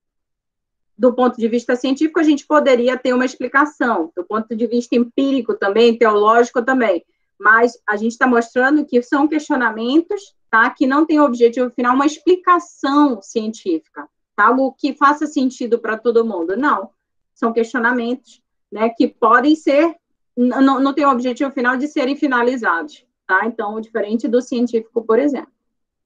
O teológico é o conjunto de verdades ao qual as pessoas chegaram não com auxílio de sua inteligência, mas mediante a aceitação dos dados da revelação divina. São os conhecimentos adquiridos nos livros sagrados e aceitos racionalmente pelas pessoas, mesmo depois de terem passado pela crítica histórica mais exigente. Então, aqui também o conhecimento teológico, ele é adquirido por meio da leitura, por meio de interação com elementos relacionados à religião, mas também não tem o objetivo de ter uma justificativa científica comprovada. Não, é um conhecimento que também é adquirido. Então, eu não faço isso, ou eu sei que isso pode dar errado porque eu li isso em algum livro sagrado, porque eu sei que acontece isso depois que a gente morre porque eu li na Bíblia, ou eu li em algum outro documento, algum livro sagrado. Então, eu tenho esse conhecimento, e eu não questiono esse conhecimento do ponto de vista teológico. 3 elementos que vão nortear toda a condução de uma pesquisa científica e do conhecimento científico: verdade, evidência e certeza. O ser humano é cheio de limitações, e a realidade que buscamos conhecer e dominar é múltipla e complexa. Diante disso, surgem inúmeras questões. O ser humano pode conhecer a verdade? O que é a verdade? Quais são as evidências que temos de que as verdades reveladas pela religião ou descobertas pela ciência são realmente a verdade? Então, a gente tem aí questionamentos que são feitos que podem gerar, né, essa questão dessa tríade que é colocada dentro da metodologia, a busca da verdade, da evidência e da certeza. Então, a gente vai ver cada um desses 3 elementos a partir de agora. O que é a verdade do ponto de vista da ciência? Diga. Professora, Diga. todo e qualquer artigo, ele sempre tem que estar pautado somente no conhecimento científico? Olha, sim, se você tem como objetivo, né, o campo científico, a pesquisa científica, essa comunidade avalie o seu artigo, dê publicidade ao seu artigo. Se eu tenho como objetivo compartilhar algo internamente, dentro da minha organização, dentro do meu trabalho, eu posso não ter esse rigor científico muito apurado. Mas se eu vou para o campo da ciência, se eu vou para o campo de produções científicas, eu obrigatoriamente tenho que utilizar. Quem foi que me perguntou? Eu não vi. Obrigada. A Vanessa. A Vanessa, tá. Eu acho que entra muito a questão de para onde você está desenvolvendo isso, né, professor? Existem conhecimentos dentro principalmente da sociologia, antropologia, que eles fazem livros relacionados a conhecimentos empíricos de pessoas, ou, seu nome certo, xamãs, ou pajés de aldeias, né, que tem muito conhecimento, principalmente relacionado a plantas, essas coisas, mas ele não visa uma produção científica, né? Um outro tipo de produção. Porque se você pressupõe uma pesquisa científica, uma produção científica, e o que será exigido desse trabalho? Um método científico. Então, você vai ter que mostrar lá como você fez, se esse procedimento que você fez, de fato, ele daria condição de atingir aqueles objetivos, se outra pessoa que for conduzir aquele trabalho vai conseguir replicar o seu trabalho, ou não, foi uma percepção que na hora eu tive individualmente, que eu só vou atingir aquele objetivo de forma pessoal, porque eu interpretei daquele jeito, porque foi conhecimento empírico meu, aí cai com todo rigor é a exigência de evidências, de rigor científico. Agora, claro, você pode, se for produção científica, você tem que seguir todos os critérios, método científico. Agora, você pode fazer outros tipos de produção. E também, Vanessa, se você, como a Gisele falou, se você tem outras áreas, se você vai, a gente está falando dentro da área de gestão, né? Tem vários métodos de trabalho bem delimitados, mas que eles não podem ser diferentes de outras áreas do conhecimento. Que lá na filosofia eles têm outro caráter, lá na sociologia, lá no turismo, então cada um vai delimitar o seu método de trabalho, seu método de pesquisa.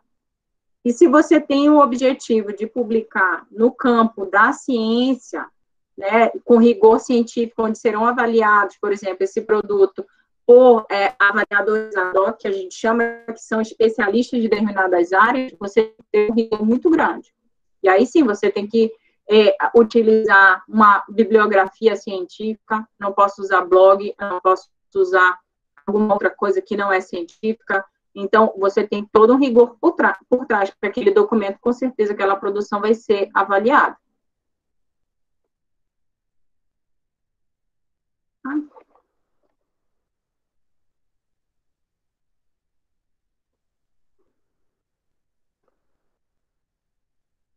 Então, vamos lá. Os 3 elementos que vão nortear, gente, a construção da ciência, o desenvolvimento da ciência, tá? A verdade, a evidência e a certeza. O que seria a verdade do conhecimento científico, tá? Do método científico? Todos falam, discutem ou querem saber a verdade, porém ninguém é dono dela. Aquilo que se manifesta não é a totalidade do objeto ou da realidade investigada. Então, imagina que você conduziu uma pesquisa, você conduziu um projeto, e você teve um resultado. Aí, como eu falei para vocês agora, a questão da motivação. Só que eu não tenho clareza, por exemplo, de todas as variáveis que estão afetando o comportamento de vocês ou a motivação de vocês. Então, eu não tenho conhecimento de toda essa totalidade desse objeto ou desse evento.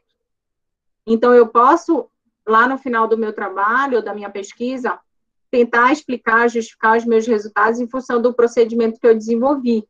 Só que, ao mesmo tempo, eu não tenho conhecimento de tudo que estava envolvido. Então, se eu disse que a motivação dos servidores de determinada unidade da UFA aumentaram a partir da intervenção que eu desenvolvi, eu não tinha conhecimento do que estava acontecendo na casa deles. Então, se a motivação estava baixa, se ela não aumentou com a minha intervenção, só que nada tinha a ver com o meu trabalho, com a minha pesquisa. É porque alguém, por exemplo, perdeu um parente de Covid, ou estava passando por uma situação muito grave em família, porque alguém perdeu um ente querido que era muito próximo. Então, muitas outras variáveis, então você acaba conhecendo só uma faceta daquele objeto que você está investigando.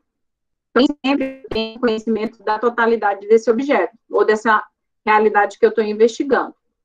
Então, por isso que muitas das vezes eu tenho que buscar evidências para justificar ou para constatar aquela verdade, né, para transformá-la em certeza, que é essa tríade do método científico. A realidade toda jamais poderá ser captada por investigador humano. Então, nem sempre eu vou ter até elementos ou instrumentos o suficientes para chegar nessa realidade, ou nessa verdade absoluta, né, que não existe na verdade. Mas eu nem tenho instrumentos, por exemplo, para captar se alguma coisa que está acontecendo dentro da cabeça da pessoa. Eu vou dizer, não, isso aí é da cabeça da pessoa, né? Aconteceu alguma coisa, mas eu vou lá e faço um exame e não aparece nada no exame. Eu posso dizer, não, é alguma coisa, mas que, na verdade, a gente não tem instrumentos ainda para explicar ou para questionar aquele evento, aquela verdade. Isso não invalida o esforço humano na busca da verdade. O revelar da verdade supõe a capacidade de percebermos as mensagens. Isso implica atenção, boa percepção e bons instrumentos de pesquisa. Os instrumentos são o centro de toda a pesquisa científica rumo ao conhecimento da verdade. Então, o que seria a verdade do ponto de vista da ciência? É o encontro da pessoa com o desvelamento, que é o revelar, tá, gente? Com o desocultamento e com a manifestação do ser. A verdade, como percebemos, expressamos o ser que ele desvela, que manifesta. O objeto, porém, nunca se manifesta totalmente, nunca é inteiramente transparente, como a gente viu. Nem sempre a gente vai ter total conhecimento a respeito do evento que está acontecendo, ou do objeto que a gente está observando. Não somos capazes de perceber tudo aquilo que se manifesta. Por isso, nunca conhecemos toda a verdade absoluta e total. Muitas vezes ocorre de, levados por certas aparências e sem o auxílio de instrumentos adequados, emitirmos conclusões precipitadas que não correspondem à realidade dos fatos, o que incorre muitas vezes em erro. Então, muitos aqui, a gente estava falando, por exemplo, a gente brincou tentando explicar o que estava acontecendo. Então, a gente foi, a partir da nossa vivência, das nossas relações, da nossa experiência, né, mais a curto prazo, a gente buscou tentar explicar. Mas a gente não tem conhecimento sobre tudo que estava acontecendo, né, sobre toda a realidade envolvida. Então, como é que a gente vai levando explicar que a gente não tem informações suficientes, nem temos instrumentos agora adequados para essa investigação. Então, munido desse tipo de elemento, né, de questionamentos, que a gente pode incorrer em erro, fazer uma investigação, ou mesmo uma classificação, ou uma afirmação que não condiz com a realidade. Ou mesmo a motivação ou percepção inicial de vocês quanto à relevância ou necessidade de execução do pré-projeto de vocês.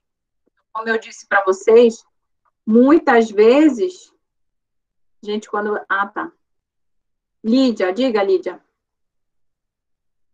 Não, professora, era mais aquela parte da evidência, porque eu me lembrei mais ou menos de uma frase que fala assim, a verdade é relativa, né? E a gente não pode, eu acho que no caráter científico, achar que essa frase é verdadeira, porque senão a gente acaba invalidando o conhecimento, né? Meio que a gente tem que ter o entendimento no olhar científico que a verdade é só uma, mas as nossas crenças que podem ser relativas.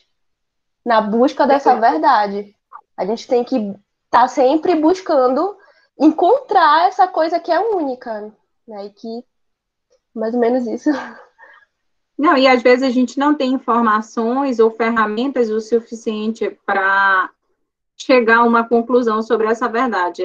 Essa que é a situação. Algumas vezes a gente tem limitações em termos de procedimento, a gente tem limitações em termos de acesso a informações. E aí, imagina, a gente, mais uma vez, trazendo o exemplo da motivação, a gente tem como, alguns podem achar que a motivação está dentro da cabeça da pessoa, né? Isso é um ponto de vista. E aí você vai entrar, será que entrando dentro da cabeça da pessoa, você vai ter acesso aos fatores que motivam, né, o comportamento daquela pessoa? Não. Vai dizer que a falta de instrumento? Não, às vezes a gente não tem ainda conhecimento mesmo o suficiente para chegar a uma conclusão, né, ou a essa verdade.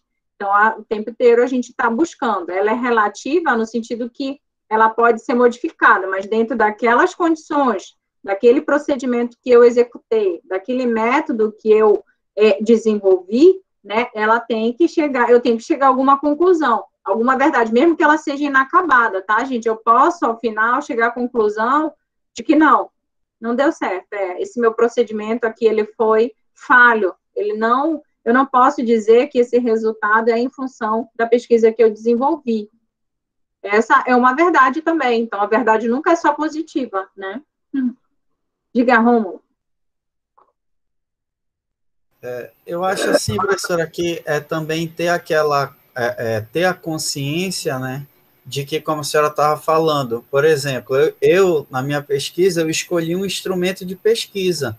Aquele instrumento de pesquisa, dentro daqueles pesquisadores que eu vi que são renomados, que eles utilizaram, validaram o questionário, eles estão tentando compreender aquela realidade, né, utilizando aquelas variáveis dentro daquele fator, mas isso é limitado. Se eu escolhi o instrumento de pesquisa A e eu não escolhi o B, já é limitado, porque eu vou tentar, a partir desse instrumento, tentar analisar a realidade. Só que se eu tivesse, por exemplo, escolhido um outro instrumento, ele poderia me dar um outro viés, ele poderia analisar um outro fator na realidade que não é considerado no primeiro estudo. Então, eu acho que a gente tem que ter a consciência que na nossa pesquisa a gente vai adentrar no tema de uma determinada maneira, a gente vai reconhecer umas referências bibliográficas, achar umas melhores que as outras, e isso é uma tentativa, né, de tentar entender esse recorte da realidade, tentar compreender aquele objeto de estudo que a gente vai querer estudar, mas isso é limitado. Eu posso achar, como a senhora falou, uma parte da verdade, pode ser uma grande descoberta, uma grande parte da verdade, ou você pode achar só uma pequena contribuição, avançar um pouquinho, né? Isso daí são coisas que vai acontecer ao longo da pesquisa. Uhum. Muito bem, é isso mesmo.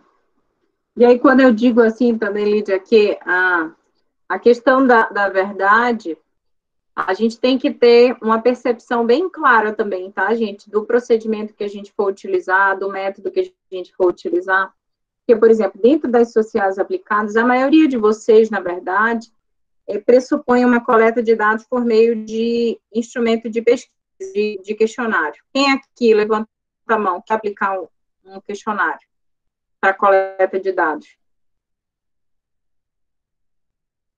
Quem não está com a câmera, eu não sei, mas provavelmente muitos também, né? Isso, levanta a mãozinha aí. Isso, muito obrigada. Então, muitos de vocês... Eita, quase todo mundo. Por que eu estou perguntando isso, gente? Porque até isso, dependendo do que a gente queira investigar, a gente utiliza, vamos dizer, todo mundo aqui, a maioria, vai aplicar um instrumento. E aí eu vou fazer um recorte, como o Rômulo falou, eu vou chegar a alguma conclusão por meio daquele questionário que eu apliquei, tá? Só que, até mesmo esse tipo de metodologia, a gente vai ver mais para frente, dependendo do dado que eu quero levantar, ele é falho às vezes, porque imagina o seguinte, a gente está falando sobre motivação, eu vou ficar voltando todo dia só nesse mesmo... Na semana eu vou pegar outra pessoa para aqui, triste. Mas ficou instável a minha internet para vocês? Tá falhando, sim, professora, seu áudio. Melhorou? Porque todo mundo fica sem imagem para mim. Ainda não, sua imagem ainda tá turva e o áudio tá falhando um pouco. Sério? Acho que melhorou. Não, o que eu queria dizer para vocês é o seguinte, quando a gente conduz uma pesquisa, a gente escolhe... Tá ruim, Juliana? Agora tá bom o áudio. Normalizou. Ó, para mim, com câmera, só tava a Juliana agora, porque quando ficou instável, todo mundo saiu a câmera. Mas o que eu queria dizer é o seguinte, a partir do resultado que eu quero alcançar por meio da minha pesquisa, do meu método, que eu vou escolher, eu tenho certas limitações, tá? Que aí eu vou chegar a uma verdade que ela pode ser altamente questionada também, tá? Isso não é errado, gente, porque outros pesquisadores, outras pessoas que vão no nosso trabalho, têm esse caráter bem crítico mesmo. A área científica, ela tem esse caráter bem crítico, porque elas vão querer questionar de maneira que ela tenha dados suficientes para que aquela pesquisa, ela tenha evidências de que por meio daquela pesquisa, daquele procedimento, eu atingi aqueles resultados. Mas imagine só a questão da motivação lá do Rômulo. Então, provavelmente, o Rômulo, no TCC dele, aplicou um questionário, Rômulo? Sim, apliquei. Tá. E quem é que me garante, gente, isso vai ser o questionamento que todo mundo vai ficar pensando hoje na aula, todo mundo vai ficar agoniado, mas quem me garante que aquelas informações que foram levantadas por meio de um questionário, elas são verídicas? O que eu falo por meio de instrumento é exatamente o que eu faço? Se eu passasse um questionário hoje para vocês, como vocês avaliaram a primeira aula da professora Camila? Aí vocês vão lá, aqui eu vou ter acesso, aí vocês dizem lá, tudo ok.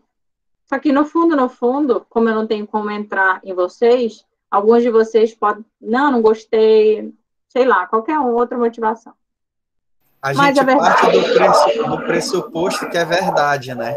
Que o que eles responderam é verdade. A gente desenvolve tudo a partir daí. mas eles podem não estar sendo 100% falível, sinceros, né?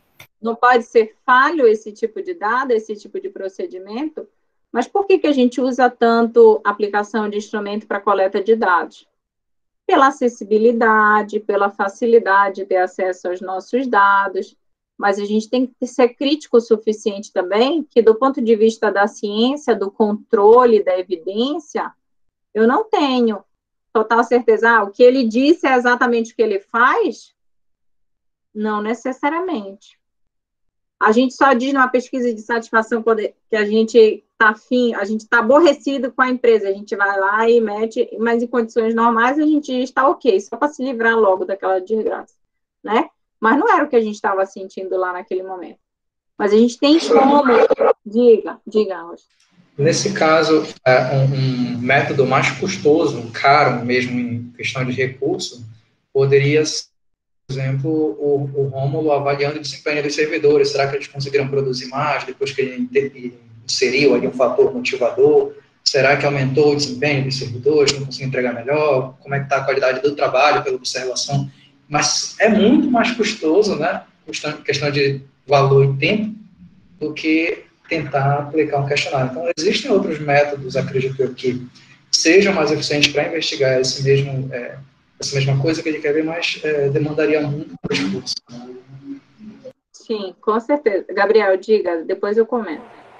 Professora, e no caso do questionário, como a gente lidar com a incerteza de não entender o contexto ao qual a pessoa está respondendo, então a gente tem que entender também que tem pressões psicológicas e contextuais que no momento que ela está respondendo, isso vai interferir da forma que ela está respondendo.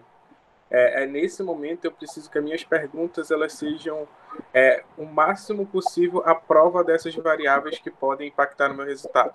Então, quanto mais as perguntas forem mais críticas ou até mesmo mais situacionais, vai me dar maior credibilidade no estudo. Mas ainda assim, ainda tenho que contar com a incerteza e com essa instabilidade. E como é que eu posso botar isso no meu estudo sem invalidar todo o meu estudo ao mesmo tempo? A gente tem que sempre, Gabriel, ter esse pressuposto que a gente falou da limitação dos nossos estudos.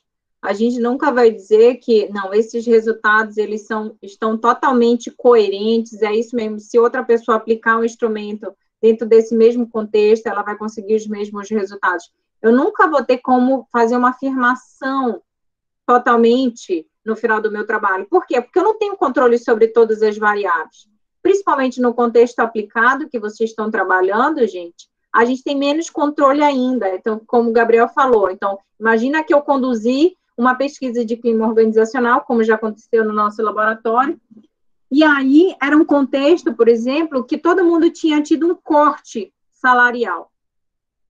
Qual era a chance, gente, daquela pesquisa não ser enviesada ou não ter interferências, ou ser uma pesquisa altamente negativa em função do contexto? Então, eu ia lá, num contexto desse, que eu não tinha controle também, eu ia fazer essa pesquisa, mas eu tinha certeza que ia ser altamente negativa. Por quê? Pelo contexto. Tinha a ver com a sua pesquisa? Não tinha a ver. Só que era o contexto. Então, eu tenho que ter todos esses cuidados na hora de conduzir a minha pesquisa para minimizar ao máximo os efeitos. E nem tudo está sob nosso controle, gente. Eu não tenho como evitar, por exemplo, o corte. Eu não tenho como evitar a pandemia. Não tenho, tem muita coisa que não está, mas isso não vai interferir no meu ambiente de trabalho, isso não vai interferir na motivação, isso não vai interferir nas relações que são estabelecidas no ambiente de trabalho, com certeza absoluta.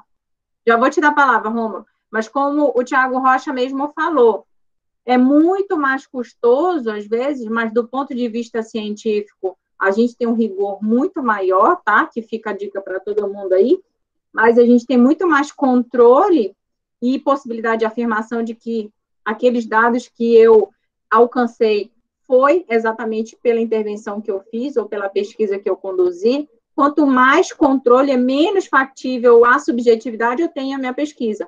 Então, quando eu pergunto para o meu servidor a respeito da motivação dele, eu tenho menos controle, porque muita coisa, não, ele estava aborrecido naquele momento, o chefe dele deu uma chamada de atenção. estou altamente desmotivado. Aí, tinha a ver quando a gente trabalha naquele momento? Não tinha, mas ele avaliou negativamente. Aí eu tenho como estabelecer produtos que a gente chama, eu não tenho acesso direto, por exemplo, à minha investigação, mas eu tenho resultado. Então, imagina que eu quero investigar a produtividade. Aí eu vou lá na FAAD com a Juliana e digo, Juliana, eu queria investigar a produtividade. Aí eu posso estabelecer indicadores que não vão depender do relato do meu servidor, tá lá no sistema. Imagina no mundo ideal, tá? Que a gente não tem isso hoje, infelizmente, mas quantos ofícios foram produzidos? Quantos relatórios foram produzidos? Quantas aulas aquele professor preparou? Quantas aulas o professor... Hoje a gente tem indicadores objetivos que vão gerar a produtividade do professor, que é número de artigos publicados, número de orientações. Eu tenho vários dados. Então, quando eu vou avaliar a produtividade, eu estou perguntando para o meu servidor? Não, porque ele pode dizer, nossa, eu estou altamente produtivo na pandemia, trabalho remoto foi revolucionário para a minha vida, eu trabalho muito mais agora. Mas eu tenho dado objetivo para subsidiar, poderia ser uma pesquisa, dizer, avaliar a produtividade dos trabalhadores, né? Tiago Rocha aí, a nossa dor de cabeça do projeto dele aí já. Mas pensar, será que o trabalho remoto tem instituições que dizem que aumentou a produtividade dos servidores? Vocês não ouviram um monte de gente, nossa, agora eu estou trabalhando assim, muito mais do que antes, eu estou muito produtivo agora. Mas a gente tem dados, isso é o relato dele, ele pode falar o que ele quiser para mim, não pode falar? Porque vai ser muito feliz dizer, não, nossa, eu não estou conseguindo trabalhar no trabalho remoto. Ele ia ser metralhado, né, se ele falasse isso. Então, mas eu tenho dados para subsidiar essa minha análise. Imagina cenário de Sônia Rocha, para o teu trabalho. Tenho lá número de ofícios, número de relatórios, número de licitações, não sei o que, antes da pandemia. Depois da pandemia, número de relatórios, eu estou perguntando para o meu setor, não, eu tenho dados para analisar. Aí eu tenho uma maior fidedignidade do meu dado, da minha pesquisa. Mas esse é o cenário de 90% do trabalho de vocês? Infelizmente, não. Então, não fiquem tristes. Professora, mas agora não vou mais poder aplicar o questionário. Não, calma. A gente só tem que saber que tem limitações. Por favor, não vão atrás do professor de vocês dizendo que vocês querem mudar tudo, que a professora disse que questionário... Pelo amor de Deus. Não vão criar problema para mim, hein? Rômulo, diga. Meu Deus, acabou essa aula e eu não acabei a aula. Até, professora, se, por exemplo, o questionário, ele, no caso, eu apliquei, era voluntário, né? Eu chegava lá, perguntava, você pode colaborar com a minha pesquisa? De repente, digamos que eu trabalhasse numa empresa privada que adora fazer pesquisa. Aí ele diz, olha, o funcionário é obrigado a responder o questionário.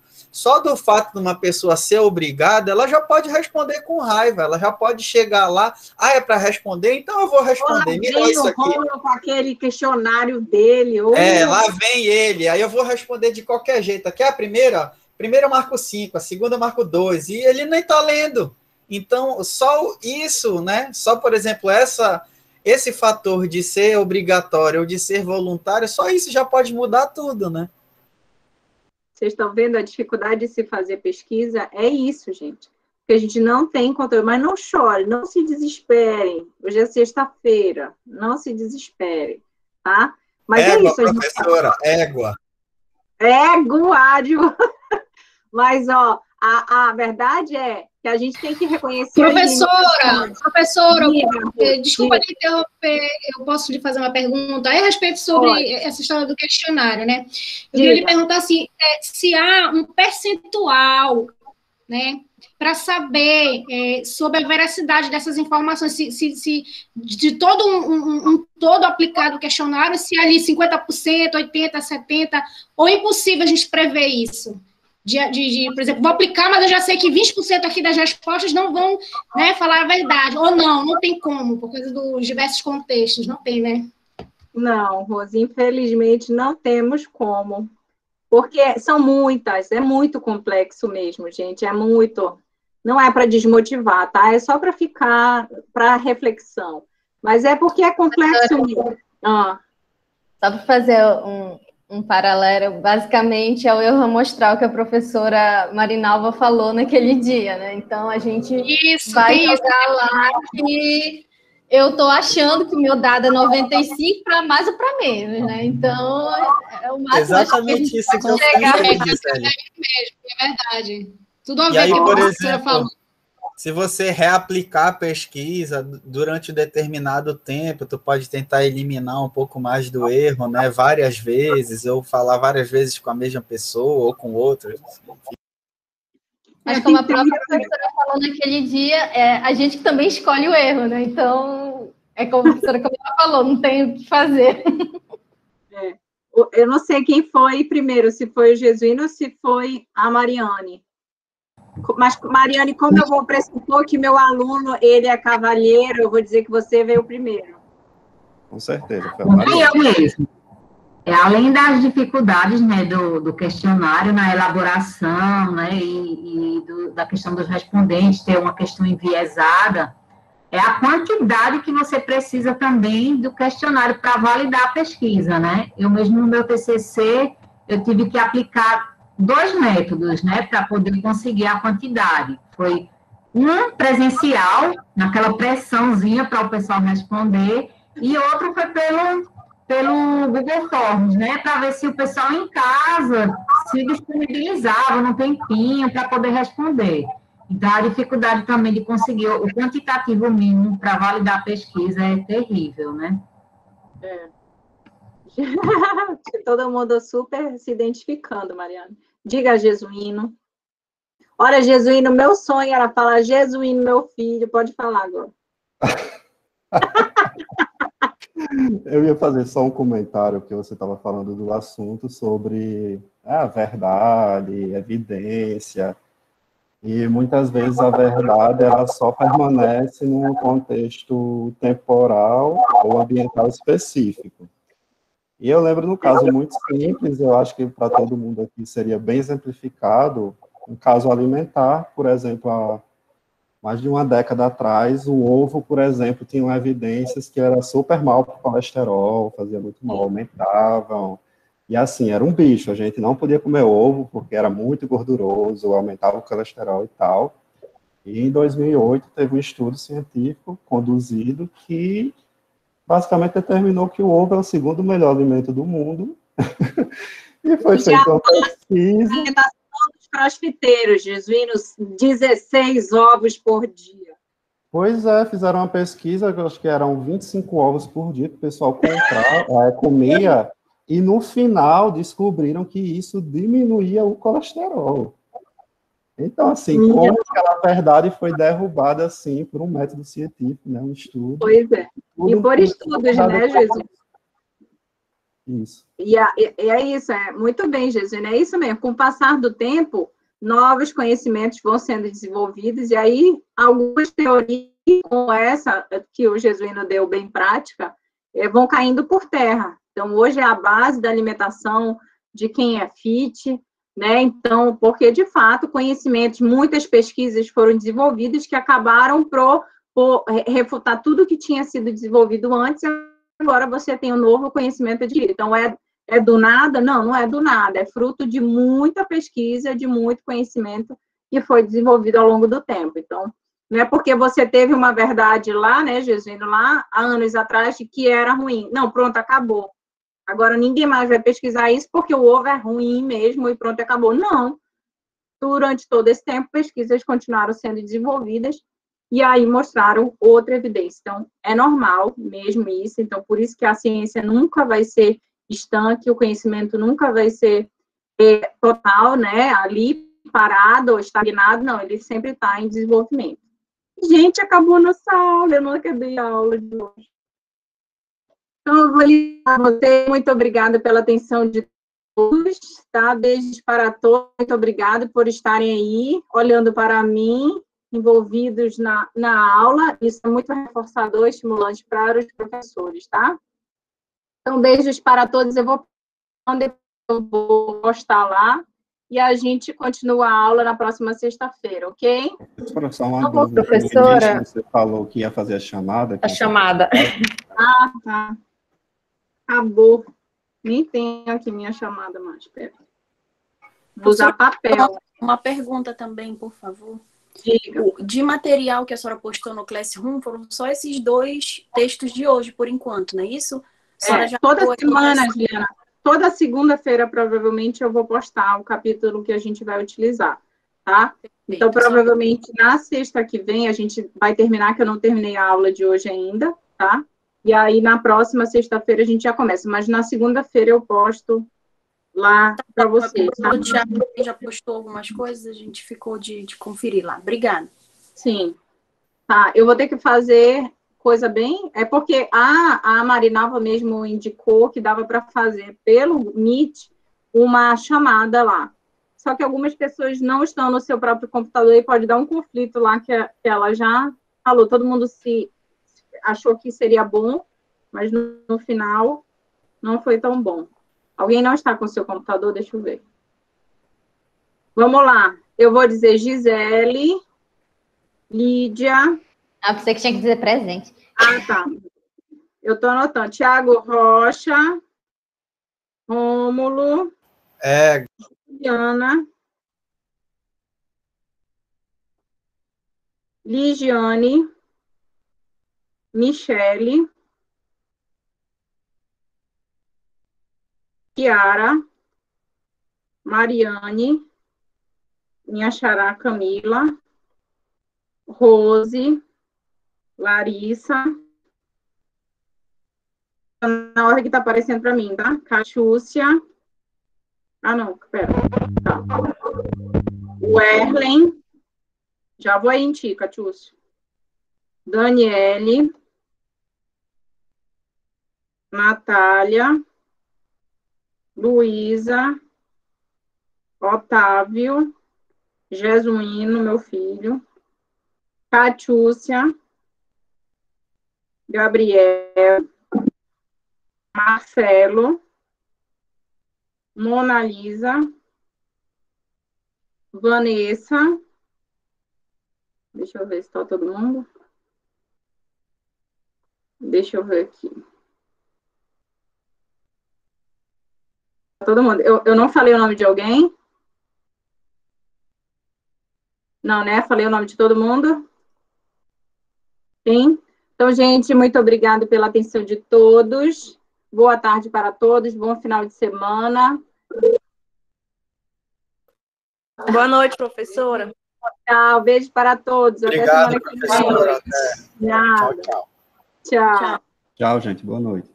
Boa noite.